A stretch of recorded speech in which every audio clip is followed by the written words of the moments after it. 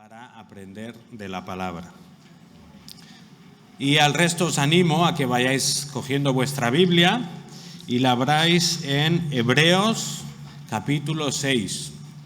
Hebreos capítulo 6, ya hemos visto algunas partes, hoy vamos a estar viendo desde el versículo 13 hasta el final del capítulo. Hebreos 6, 13 en adelante dice lo siguiente. Dice, pues cuando Dios hizo la promesa a Abraham, no pudiendo jurar por uno mayor, juró por sí mismo, diciendo, ciertamente te bendeciré y ciertamente te multiplicaré. Y así, habiendo esperado con paciencia, obtuvo la promesa.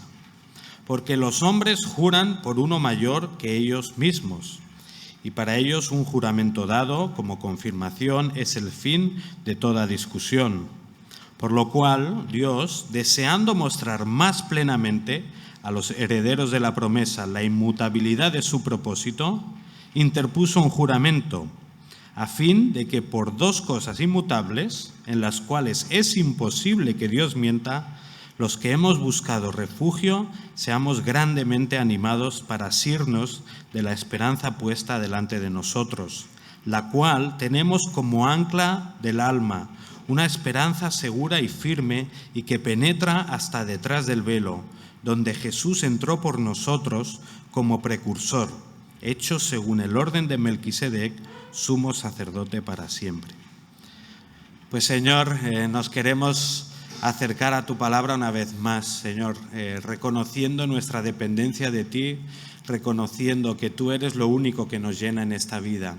Queremos, Señor, que ahora en estos pasajes pues tú sigas llenando nuestro corazón de ti, que sigas expulsando todo lo que sobra y que nos ayudes como iglesia y como individuos a amarte y a servirte como tú te mereces. Dirige ahora a Abel en todo lo que tú quieras decirnos a través de él. Te lo pedimos en el nombre de Jesús. Amén.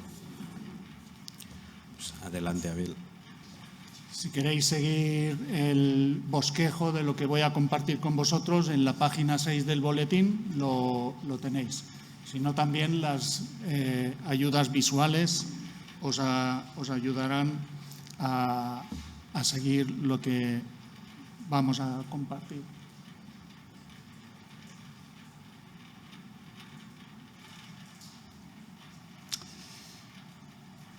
Nada se sostiene si no tiene algo que lo sustenta. Nada se sostiene si no tiene algo que lo sustenta.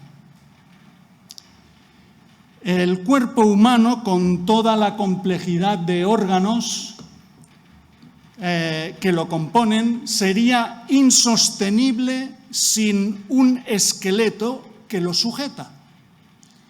¿Sabéis? Tenemos 206 huesos que conforman nuestro esqueleto y, entre otras cosas, nos permiten andar, protegen nuestros órganos vitales, también canalizan todo el sistema nervioso, la médula ósea en el interior de la columna vertebral, y además actúan como una fábrica de glóbulos rojos, es decir, la fábrica de la sangre. Si miramos a nuestro alrededor, también observaremos edificios más o menos bellos que se sostienen porque hay una estructura de cimientos, pilares y vigas que lo sostienen. Las paredes se pueden modificar, pero la estructura es esencial, no se puede tocar. Creo que el arquitecto que hay allí detrás me dice que es así, ¿vale? Si derribas una pared, el edificio sigue en pie. Si derribas las columnas, el edificio se viene abajo. Cuando hablamos de los valores del reino de Dios no es distinto. el apóstol Pablo habló de 3 principios esenciales, fundamentales, como la fe, la esperanza y el amor. 1 Corintios 13:13. Si eliminas alguno de estos 3, el cristianismo se viene abajo. Consciente de lo delicada que era esta situación, el autor de la carta a los Hebreos pretende verificar la solidez de nuestra fe en contraposición a la tradición judía que constantemente pretendía poner en jaque los valores de la nueva fe en el Evangelio de Jesucristo. Una y otra vez, el autor de la carta a los Hebreos manifiesta la excelencia de Cristo y su obra y demuestra cómo el antiguo régimen ya apuntaba al misterio de Cristo como eje central de la historia. Es decir, el Evangelio viene a cumplir, consolidar todo lo que ya anticipaba veladamente el sistema de valores de Israel. El cristianismo, bien entendido, explica el judaísmo, lo completa.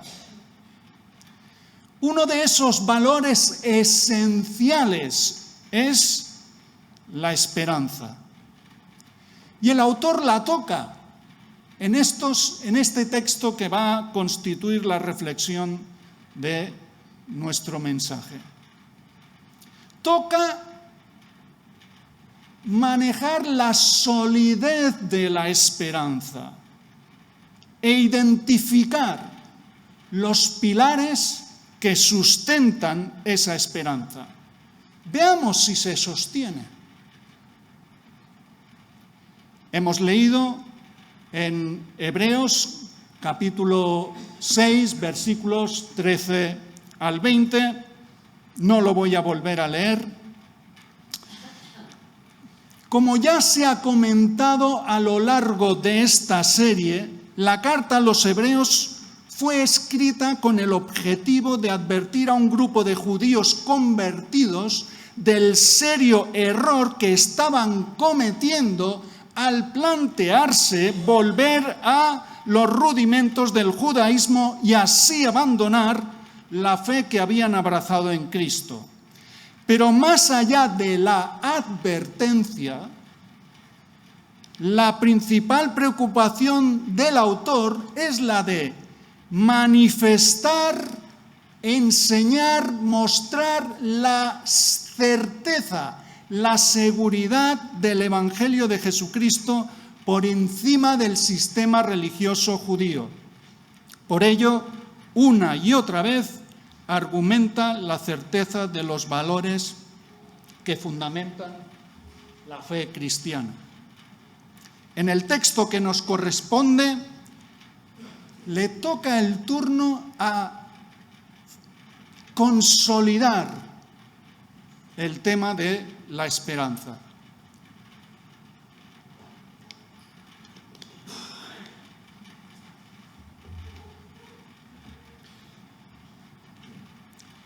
A la luz del texto de Hebreos, me gustaría considerar con todos vosotros 3 pilares que sustentan la esperanza cristiana.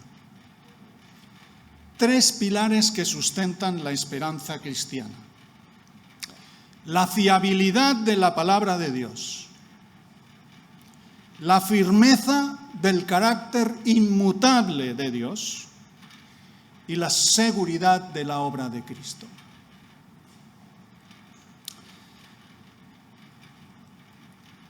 El primer pilar que sustenta la esperanza cristiana es la fiabilidad de la palabra de Dios.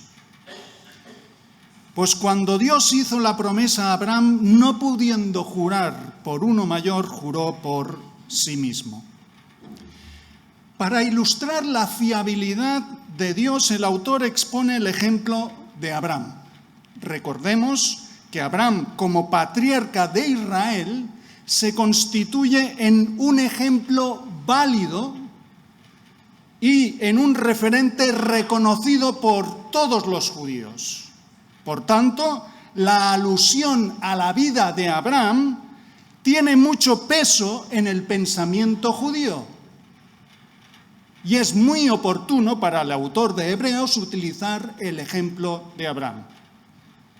Aquí encontramos la referencia de la promesa. La referencia de la promesa viene justamente del contexto anterior, de lo cual ya nos habló Eric en el domingo pasado, Hebreos, los versículos 11 y 12 del capítulo 6, que dice: «Pero deseamos que cada uno de vosotros muestre la misma solicitud hasta el fin para alcanzar la plena seguridad de la esperanza, a fin de que no seáis indolentes, sino imitadores de los que, mediante la fe y la paciencia, heredan las promesas».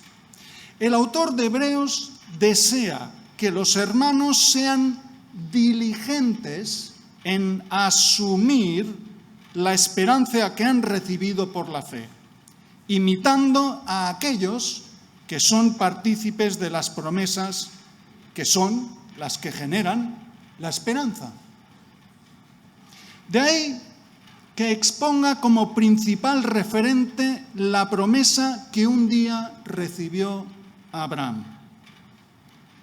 Pero para que podamos asimilar las implicaciones que tiene la promesa dada a Abraham, el autor lo que va a hacer es argumentar sobre qué base o fundamento fue dada esa promesa.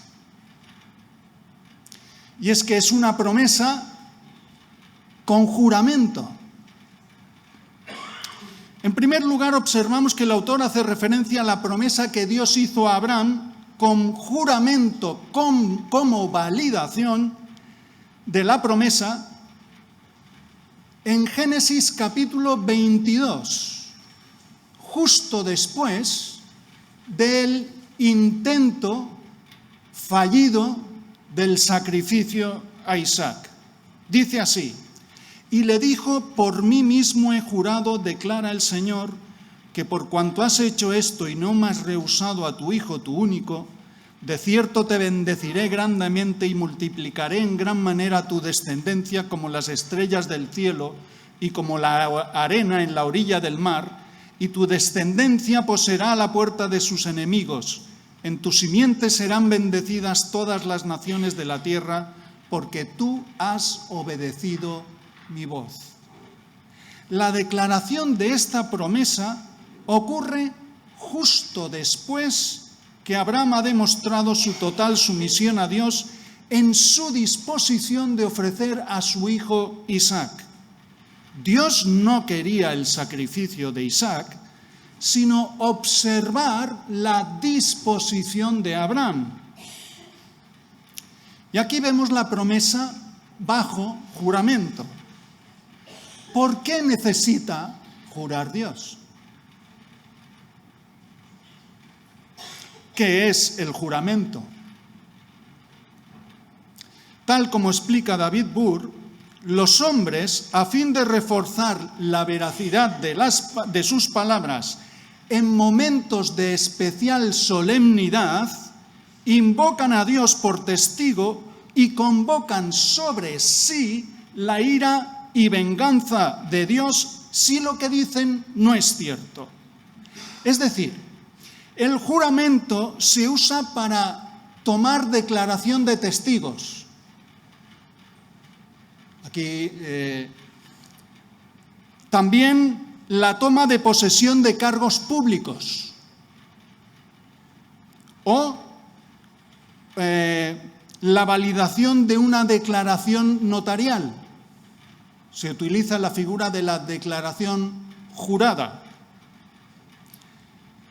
Es la máxima garantía de verdad que aceptamos los humanos. Un juramento. Sin embargo, en el caso de Dios el juramento no es preciso. porque Dios siempre es coherente con su palabra. Además, no habiendo otro testigo mayor que Él, Dios jura por sí mismo. Dios jura la promesa a causa, no de Él, sino a causa de nuestra debilidad humana. Sabe que de esta manera ya su palabra firme se ve ratificada por el juramento, reforzando nuestra confianza y ánimo y poniendo al fin toda duda respecto a las intenciones de Dios de cumplir su palabra. Abraham vio cumplida la promesa en parte. ¿En quién? En Isaac, su hijo. Pero para él ya fue suficiente. Porque aquí dice que iba a tener una descendencia como las estrellas del mar. Solo tuvo oportunidad de ver un descendiente. Pero para Abraham ya fue suficiente. Hoy en Abraham, miles de millones han sido bendecidos a lo largo de la historia. El pueblo de Dios disperso en todas las naciones, ya somos como las estrellas del cielo o la arena del mar. Esto nos enseña que Dios tiene otro tempo, otro metrónomo para cumplir sus propósitos. Su tiempo no es nuestro tiempo, es Dios eterno. Por eso nos toca aprender paciencia, como a Abraham le tocó aprenderla. Así que hay esperanza porque las promesas, la palabra de Dios, la palabra dada por Dios es fiel, es fiable. Cuando Dios dice algo, no se cumplirá.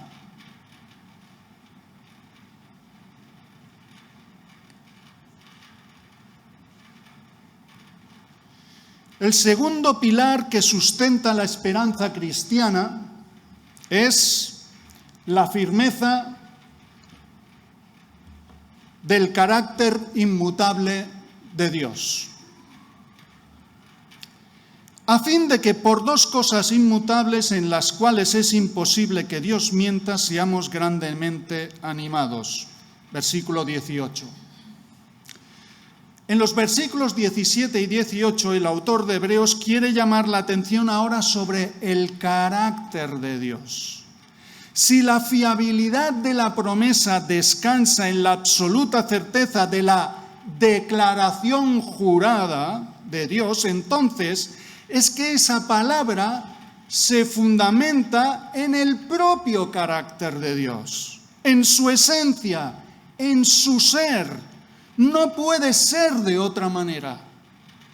Y aquí vemos la validez del juramento. Según versículo 17, Dios quiere dar la total seguridad de su propósito mediante la interposición de un juramento. Pero lo que tenemos que entender es que el juramento por sí mismo no tiene valor ninguno.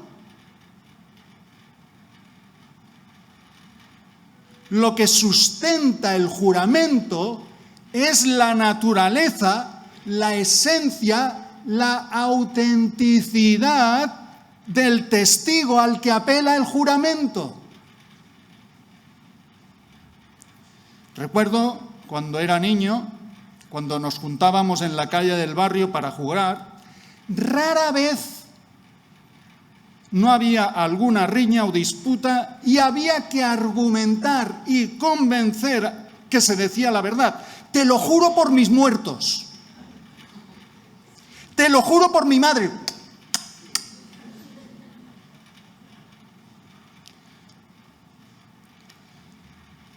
La verdad es que poco crédito tenía la palabra del uno o del otro cuando tenían que recurrir a esos falsos juramentos. En el juramento de la promesa de Dios a Abraham, Dios no tiene otro mayor testigo que sí mismo. No hay otro más grande que Él. Por tanto, su ser se constituye en plena garantía de su palabra. Es decir, al exponer el juramento como garantía, lo que hace Dios es exponerse a sí mismo. Por tanto, asume la autenticidad y veracidad de la promesa y valida consigo mismo la expectativa del cumplimiento de la promesa y la consumación de la esperanza. El autor dice que habla de dos cosas inmutables en referencia a su propósito y el propio juramento. Es decir, la determinación de Dios para cumplir su palabra, para cumplir la promesa, es inequívoca. Y aquí es donde vemos el ser de Dios como garantía de la promesa. Según el autor de Hebreos, a través de la validación de la promesa por medio del juramento, ¿qué es lo que hacemos? Conocemos a un Dios fiel. Es decir, consecuente con su palabra, que mantiene sus valores y principios por encima de toda circunstancia. Significa que Dios es digno de confianza en todo lo que dice o hace. Dios se revela como un Dios veraz, que no miente, un Dios que no necesita esconder segundas intenciones o que teme la vergüenza de sus pensamientos o acciones. Es un Dios transparente, que no teme al que dirán y que asume las consecuencias de todas sus decisiones. Dios se revela inmutable. Como consecuencia de su fidelidad, Dios mantiene su esencia invariable, su propósito firme. No le tiembla el pulso ni rechinan los dientes. Nunca aparta de sí la justicia, como nunca aparta de sí su amor y bondad. Se trata también de un Dios eterno, porque mantiene su ser invariable a través del tiempo. Promete y cumple, porque su palabra está fuera del tiempo y al mismo tiempo se manifiesta en el tiempo y el espacio. Impresionante. También Dios se da a conocer como todopoderoso. Nada ni nadie va a impedir que Él cumpla su inmutable propósito. Ninguna circunstancia, por inmensa que sea, va a suponer un obstáculo para que se cumpla su promesa. Dios se revela como una roca firme en el que se puede confiar. ¿Cómo no vamos a ser animados y alentados por tal muestra de amor, poder y gracia? ¿Cómo vamos a abandonar una esperanza de tal calibre? ¿Qué necesidad tenemos de recular en nuestra fe? Esto es lo que hay detrás del pensamiento del autor de Hebreos al manifestar la esperanza de este modo. ¿Qué necesidad hay de recular en nuestra fe? Para nada. Por eso la extensión de la promesa es la esperanza. Notemos que la promesa a Abraham tiene una dimensión universal. Es decir, cuando Dios jura la promesa a Abraham, no lo hace solo por él, por Abraham, sino por nosotros. Es decir, Dios prometió, juró por sí mismo la bendición universal para alentar no solo a un anciano sin descendencia, sino a personas necesitadas de esperanza como tú y como yo. De manera que la promesa a Abraham es nuestra promesa. Su esperanza, nuestra esperanza. Somos los que mediante la fe y la paciencia heredan las promesas. Versículo 12. Es decir, Dios ha jurado la promesa pensando en ti.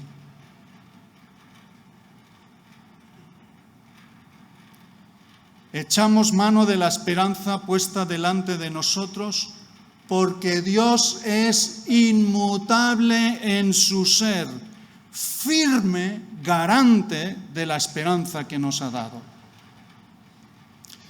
Y ahora vamos al tercer pilar que sustenta la esperanza cristiana, y es la seguridad en la obra de Cristo.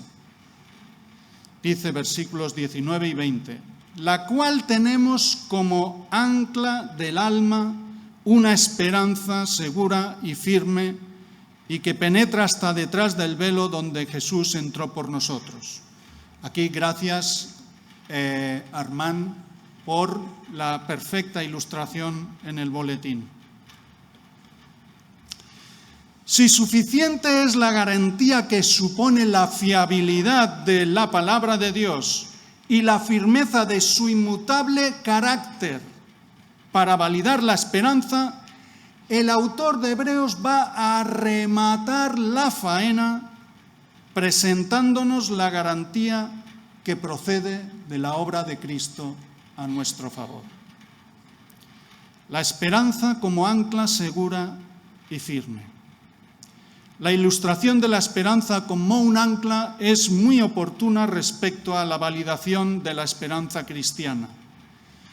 La función de un ancla es la de sujetar un barco que es fluctuante e inestable por el medio en el que se mueve, el agua. Y así, el ancla convierte ese objeto fluctuante en un objeto firme y estable. Del mismo modo, las promesas que hemos recibido del Evangelio nos infunden esperanza y nos mantienen firmes en medio de un mundo hostil. No se trata entonces de huir de la tormenta o pretender que las circunstancias siempre van a ser favorables.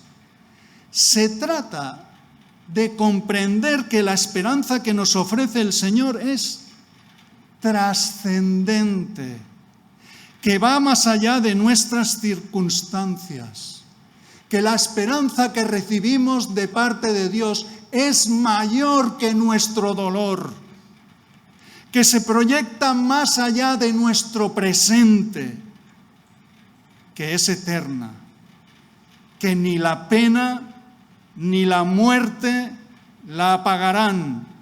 La esperanza cristiana no es lo último que se pierde. Sencillamente no se pierde.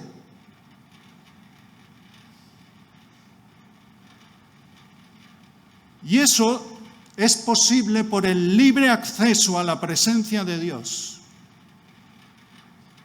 Lo que llama la atención es la referencia al velo. Dice que penetra hasta detrás, literalmente dentro del velo. Es decir, el ancla está sujeta dentro del velo. El autor está hablando del lugar santísimo del templo, el lugar que simboliza por excelencia la presencia de Dios. Recordemos que en el lugar santísimo estaba el arca del testimonio y según las leyes ceremoniales expresadas en Levítico, el lugar santísimo era un lugar vedado para los hombres. Solo el sumo sacerdote una vez al año podía entrar rociando la sangre de un sacrificio sobre el propiciatorio.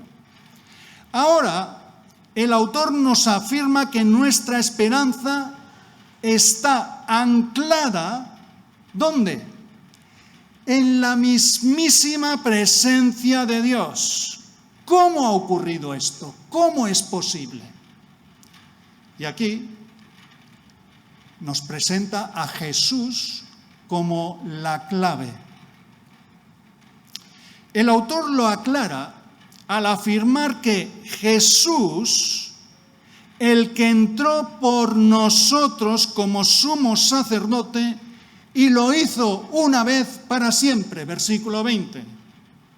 En palabras de David Burr, aquel que ha ascendido a los cielos, ha traspasado el velo y está a la diestra de Dios, aquel que derrama la sangre de su sacrificio eterno sobre el propiciatorio en expiación por nuestros pecados e intercede por nosotros como nuestro sumo sacerdote, el Señor Jesucristo es quien ha sujetado nuestra ancla en la presencia de Dios. Es decir, Jesucristo con su sacrificio lo ha hecho posible para nosotros, el ser objeto de las promesas de Dios. Sin su participación hubiese sido imposible incluso para Abraham. En el monte Moriah, cuando iba a sacrificar a su hijo Isaac, Dios le detuvo, ¿os acordáis? Dios le detuvo a Abraham y le hizo reparar ¿en qué? En un carnero que había atrapado entre los matorrales, que a la postre ese carnero sería el sacrificio que ofrecería en lugar de su hijo Isaac. Un carnero que sería la figura de aquel que sería ofrecido en nuestro lugar, Jesús. Es decir, si os dais cuenta, la promesa a Abraham no es distinta de la nuestra, porque tiene al mismo protagonista como eje central de la misma. Jesucristo, al final, es el garante de la esperanza de Abraham como lo es de la nuestra. No es una promesa distinta, es la misma esperanza, y la obra de Cristo es la garantía de que participamos en ella. La declaración jurada de Dios a Abraham fue, además, si veis el relato en Génesis 22, fue posterior al sacrificio del carnero.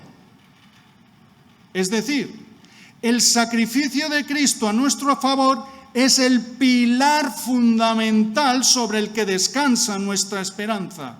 La muerte de Jesús en la cruz es también nuestra muerte, para que su resurrección sea también la nuestra.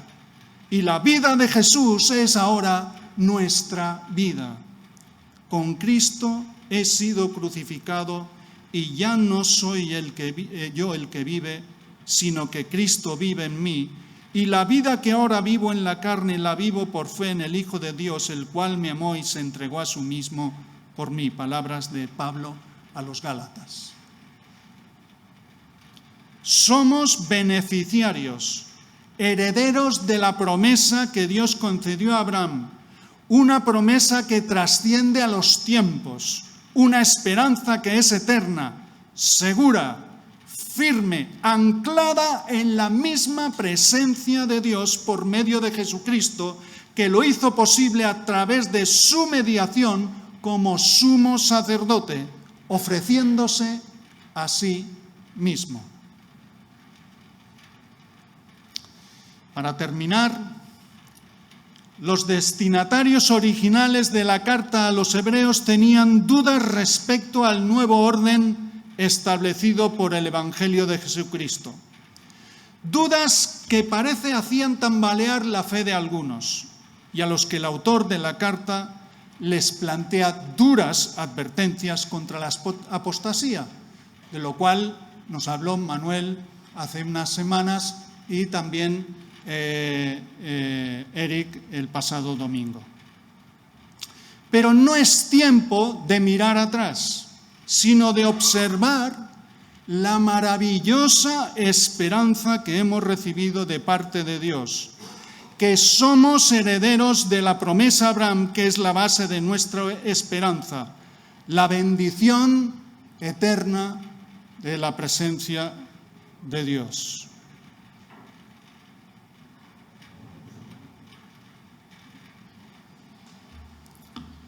Una esperanza que se sustenta en 3 pilares. La fiabilidad de la palabra de Dios, que Dios ha declarado bajo juramento, empeñando su propio prestigio, que cumplirá lo que ha prometido, que su palabra es fiel y verdadera. La firmeza del carácter inmutable de Dios, que no habiendo otro mayor, Dios ha jurado por sí mismo, poniéndose a sí mismo como referente, un Dios fiel, veraz, inmutable, eterno, todopoderoso. Nada ni nadie va a impedir que se ejecute su propósito. Y tercero, la seguridad de la obra de Cristo, que tenemos una esperanza firme y segura, anclada en Cristo, a través de su obra intercesora a nuestro favor como sumo sacerdote.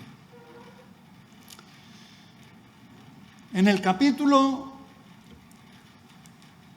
6 de Hebreos hemos visto el palo y la zanahoria.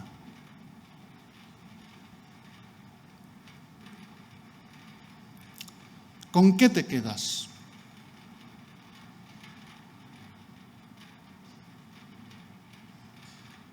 Yo no sé vosotros, pero yo me quedo con un Dios que me atrae con su fidelidad, empeñando su palabra hasta asumir todas las consecuencias. Me quedo con un Dios que me seduce con su carácter inmutable, coherente consigo mismo, con su justicia, pero también con su gracia y misericordia. Me quedo con un Dios que me abruma cuando me asegura que va a completar su obra en mí. Me quedo con un Dios que me sobrecoge con su amor hasta el fin, hasta las entrañas.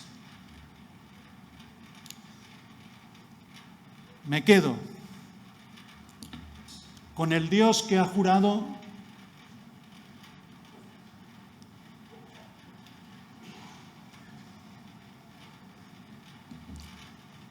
con el Dios que me ha jurado por sí mismo